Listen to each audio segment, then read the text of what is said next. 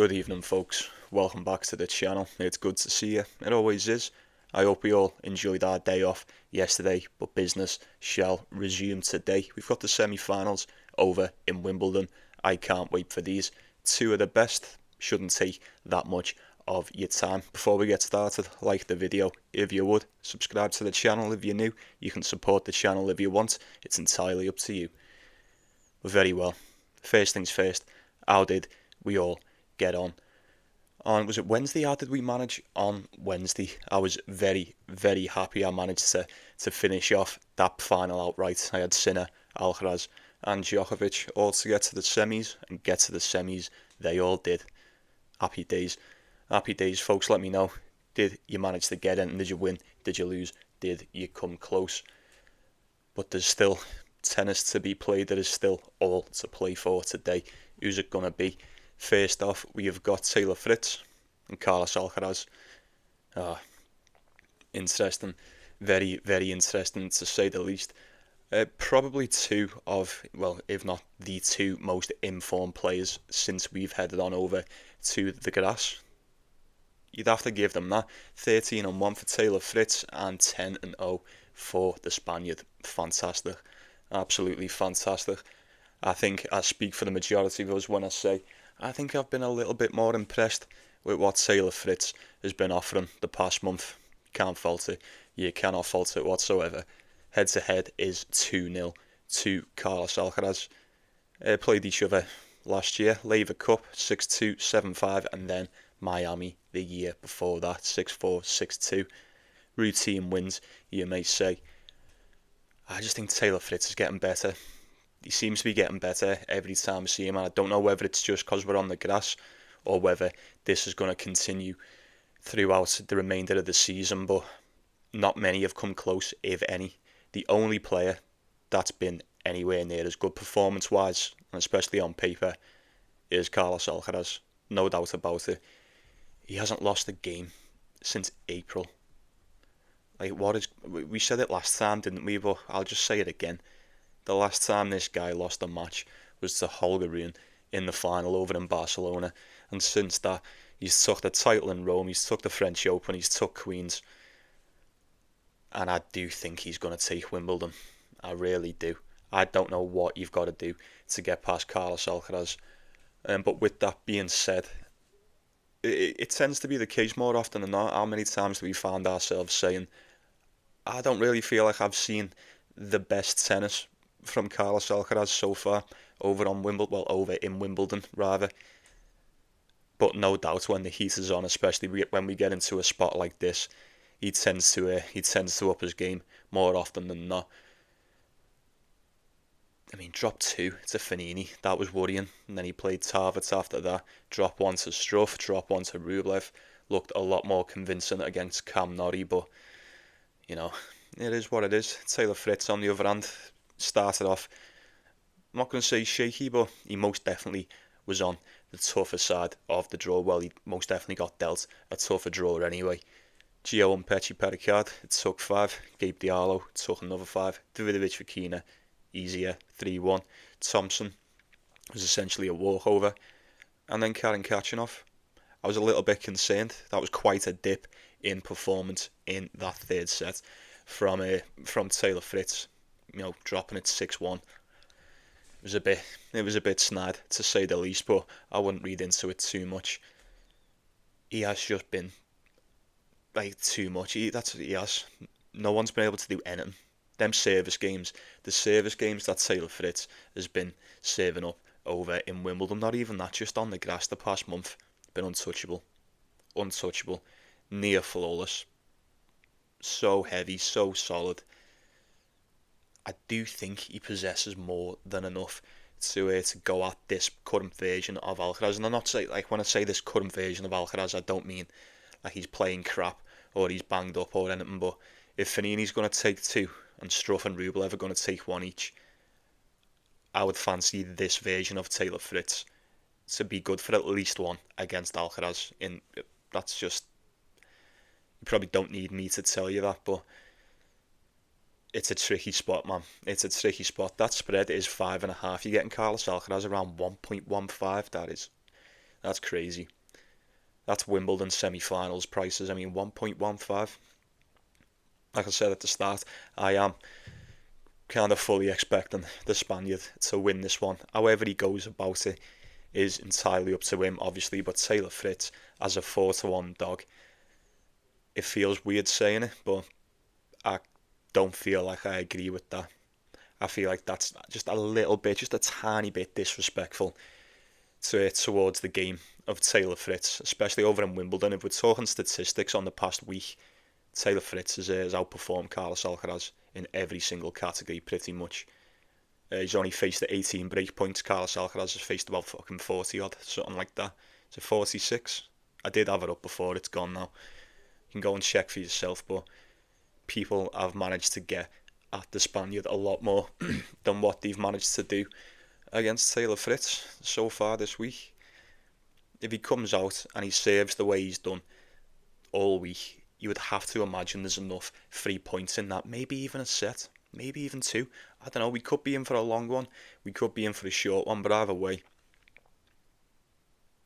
I would have to assume with Taylor Fritz, you're getting 5.5 games with him. I'm so tempted. I'm nearly there. I'm so tempted to take that with Taylor Fritz. Would it be in the semi-finals? I mean, that does seem quite a lot, does it not? I don't know. I'm not too sure. I don't think you're just going to turn up and beat Carlos Alcaraz with a serve and with power. I don't. This is my only problem.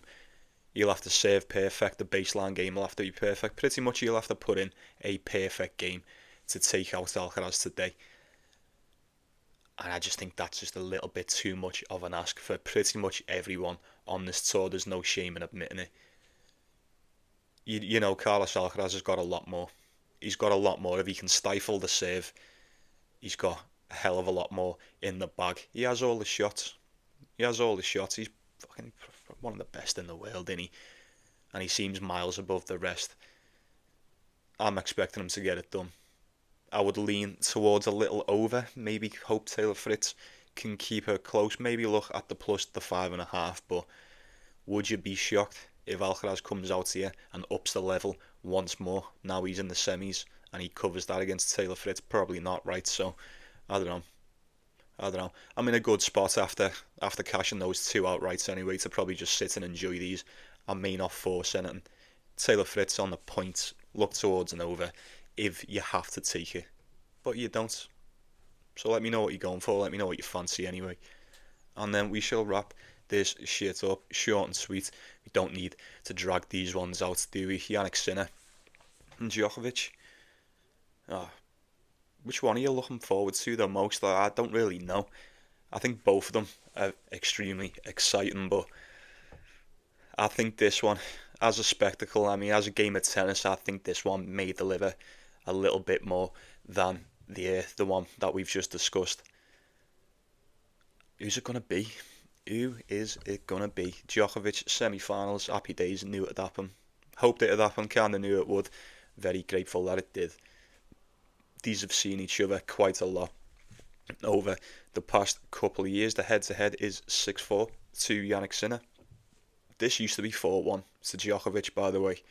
Yeah, that's right. It used to be 4-1. Jannik Sinner's won the last 5 games in a row, and it's now 6-4. Kinda don't need me to tell you. I mean, just the head-to-head would suggest this is no longer a favourable spot for Djokovic, and I have to agree. This is quite a bad matchup for him. It is. Jannik Sinner was just flawless all the way up. Even, playing Dimitrov, even with the match against Dimitrov, statistically on the numbers, he has outperformed Djokovic by quite a bit, apart from one or two categories, one of them being like first serve put-in, the other being like aces per match. So I think in a spot like this, it may not mean that much. Said he'd beat Ben Shelton, didn't we? Didn't really have to worry. I admit we were all concerned after the Dimitrov match, and rightly so. He looked like shit. It's alright. We didn't know how was it his elbow? His elbow was going to hold up. Is he still injured? Is he going to be under more pressure going into the one against Shelton? Business as normal. He covered his spread as well. Shelton didn't win a set. Straight set, easy as you like. Well, I'd say easy as you like. It was far from easy. Shelton put in a really good performance, but just not enough to take out Jannik Sinner on the day. I think Djokovic is just he's just flew to the semi-finals, and we expected nothing less. Alexander Muller in 4, Dan Evans, Kekmanovic in 3. I'd say he probably struggled the most, if he could even say struggled. It's probably not the right word, but he ran into his toughest task against Alex de Minaur, and then probably had just as difficult a day, if not a little bit more, against Flavio Cobolli. I just think Jannik Sinner's going to beat him. I do. 1.5. We seen this in the French Open a couple months ago.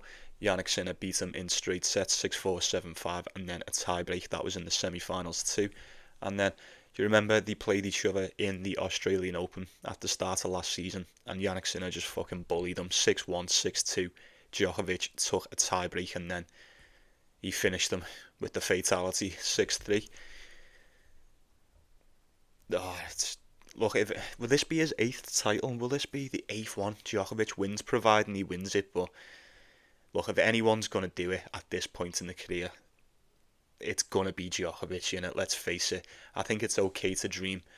I am not opposed to, well, I'm not against Djokovic winning this match whatsoever. It'd be fantastic if he was to just go on and win this tournament when no one said he would. But you've got to get past Jannik Sinner. And I feel like this is most definitely the last person Djokovic probably would have wanted to see, especially at this point in the tournament. I don't know. I was glad. Look, we said, didn't we, the performance against Dimitrov, it's always going to circle back to that one, especially if Jannik Sinner goes on to take this title. We said it the other day, if he manages to win Wimbledon, I feel like the biggest talking point is going to be the match against Dimitrov, and how lucky of an escape that actually was. But we got him around 1.3 against Ben Shelton. That's crazy, considering he was like 1.01 all tournaments. 1.3 was quite a hike, and he made that one look easy. We're now getting 1.5 against Djokovic. I feel like the concerns are still there. There's still a few squeaky bums on this one. What's his elbow like? What's the fitness like? This and that. I think if you were worried going into the Shelton match, you probably shouldn't be worried going into this one. I don't. I think he might just prove to be too much. This could be a straight set. It could be in 5. They've never played each other. Well, I was going to say they've never played each other on the grass, but I would say Djokovic has never played this version of Jannik Sinner on the grass, is what I meant to say. They've played each other twice before in Wimbledon, and Djokovic did win the pair of them, 2023, 2022. With it being on the grass, I do think this is Djokovic's best chance at having a go against Jannik Sinner. He's most definitely comfortable on the surface. You know that. You don't need me to tell you. But I do think, especially at this level, more often than not, we see it all the time. It's a young man's game. More importantly, it's Jannik Sinner's and Carlos Alcaraz's game, isn't it? These two are just in a league above the rest. If anyone's going to trouble either one, it's going to be Djokovic. With the odds being so close there, that spread is 3.5. I would have to lean towards Jannik Sinner. I don't think it's enough. I think Sinner might just be, like, what do we say? What did Daft Punk say? Younger, harder, better, faster, stronger, all that stuff. I think Djokovic possesses a very solid game. Very good serve. Very well, I'm not going to say serve heavy, but I see him he deployed a bit of a serve volley quite a bit over the tournament. Oh, fucking hell, 3.5 games. I always say, you may be sitting there thinking, I always say, don't I, you don't get rich going against Djokovic. You really don't. But Jannik Sinner and Alcaraz do tend to be the exceptions. 3.5. I'd have to go with the Italian. Like, I know it's not the clay. It's not the clay and it's not the hard court. But it's most certainly not 2023 anymore. Absolutely not. I think Jannik Sinner wins this one. 1.5. It's sweet. It's so sweet as a parlay piece if you can find something else to stick on that. Get yourself as close to a plus money double as you can. But I'd have to go with Yannick Sinner minus the 5.5. Minus the 3.5. Sorry. Ah, I'm starting to overthink it. I'm starting to overthink it. I'm starting to doubt myself. It would have to be. It would absolutely have to be. I can't think of any reason why it wouldn't be. Djokovic is always good for a set. He may be good for a two. It's Djokovic. He could just win. It's just it. What more do you want? What more do you want in a spot like this? You're probably expecting Sinner to win, right? You don't have to take these. It is the semis. If taking them is gonna spoil the match for you either way, then maybe just sit off it. I'm really looking forward to these. I would like to have a go on either one. If I had to force any of them, Taylor Fritz plus the points or Yannick Sinner minus the points, I don't know. Someone let me know in the comments what you reckon the best way to approach that one is. But I think that's going to do us. That is most definitely going to do us. We haven't got to waste much more time than that. Very well, folks. I shall be saying good night to you. Appreciate you stopping by, as always. Like and subscribe. I appreciate that too. Okay then, take it easy. Take it easy, everybody. Take care of yourselves. Take care of one another. It's the most important thing. And I'll see you. Have we got another day off after this, or is it straight into the finals? I'm not too sure, but we'll soon see. Don't worry about it. But for now, enjoy the semis, folks. Have yourself a good day. Let's go get that cash, and I'll see you in the next one. Yeah, see you in a bit.